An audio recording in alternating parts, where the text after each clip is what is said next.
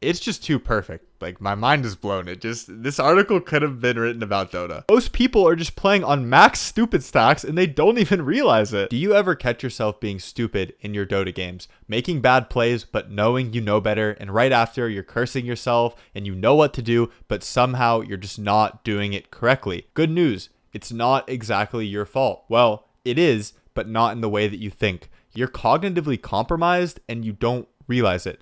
Okay, I just read a really mind-blowing article on factors that make you stupid that was written by these two bosses, Adam Robinson and Shane Parrish. They're both hedge fund, big business, Wall Street, Ivy League, clouded, absolute bosses, 8-figure net worth, extremely smart. And I'm not a psychologist, okay? I just read this mind-blowing article, and I'm a 6K carry player who read this article, and it was really interesting. And I want to share the insights with you because it applied really, really well to Dota, like uncannily well, okay? And you're going to see it's just too perfect. Like, my mind is blown. This article could have been written about Dota. And it applies to any MMR and any role. So first, they define stupidity in a more precise way than you're used to thinking about it. They defined it as an affliction. So it's something that happens to you and it's not an inherent character trait. And that's how I thought about stupidity before I read this article. It was like, it just meant like the opposite of intelligence.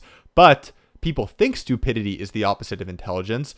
But in fact, stupidity is the cost of intelligence operating in a complex environment. Okay, does this sound familiar? Yes. Dota is a very, very complex environment. And they officially define stupidity as overlooking or dismissing conspicuously crucial information. Okay, it's crucial information, right? Like, you better pay attention to it, and it's conspicuous. Like, it's right in front of your nose, and yet you overlook it or dismiss it. And think about your Dota games when you dive the high ground when you know you shouldn't, when you tunnel vision on chasing and you go too far into the enemy jungle and die, when you just suddenly forget that there's a faceless void who's going to TP and chronosphere you. And I catch myself in Dota games making mistakes that I just know better than so much. And so when I read this, something just clicked. Like, it felt like it almost wasn't me playing. I mean, of course it was. I'm not trying to cope, but I knew better. So here are the 7 factors that cause stupidity.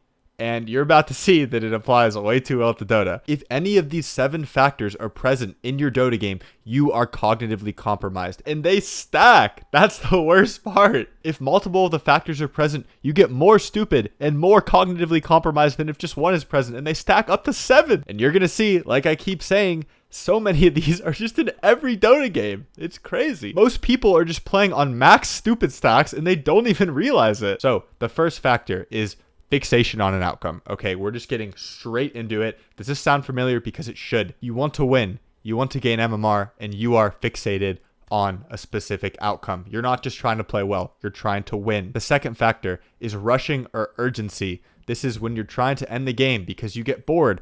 Or this ties into the first one. You're so fixated on an outcome that you're trying to rush to end the game. You're trying to rush to win. And then you make a stupid mistake. You just make dumb plays for no reason because you want to end the game faster because you're rushing. But in reality, the best play is to wait. The third factor is stress. Okay, Dota games are so stressful. I mean, everyone knows this, ranked Dota especially. The fourth factor is being outside of your circle of competence. This is when you play a new hero. Maybe you built an item that you're not used to building. Things like this. This also makes you stupid.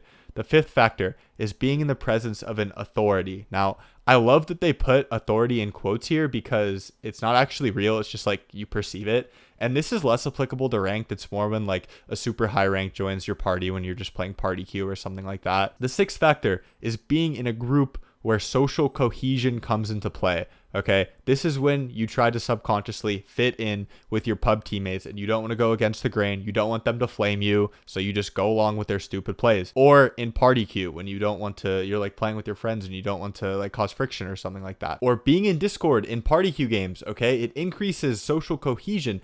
This is when you and your party are just complaining about your team and there's this narrative that everyone agrees on and it's your team's fault and it's not your fault and you're not thinking about the Dota game because you're thinking about the social cohesion. And the seventh factor is information overload. Now, this one is less directly controllable because in Dota, there's just a lot of information.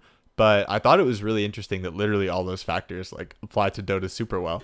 Okay. It's just insane. Like, this article could have been written about Dota. And these guys did a lot of research when they published this article. It was published in a very professional setting. So if any of those 7 factors are present during the Dota game, you just are, like, psychologically, they did studies, you are stupider than you would be if they weren't. You are cognitively compromised. So how can we stop making these stupid mistakes? We just reverse these, okay? Stop fixating on the outcome of the game, okay? Stop rushing. Stop playing new heroes if you want to win. Reduce your stress when you're playing. Stop trying to fit in with your pub teammates. Now, some of these are easier than others, and it's going to take work and time to, like, stop doing these completely. But for me, just being aware of them has already helped so much, and I find myself playing a lot better because I catch myself like, oh, I'm rushing right now, I need to chill, or oh, I'm too fixated on an outcome right now, let me just try to play my best and not focus on the win or the loss. Or oh, I was stressed last game, let me go touch some grass for 10 minutes before I queue again to reduce my stress. And you guys would be surprised how much these little tiny things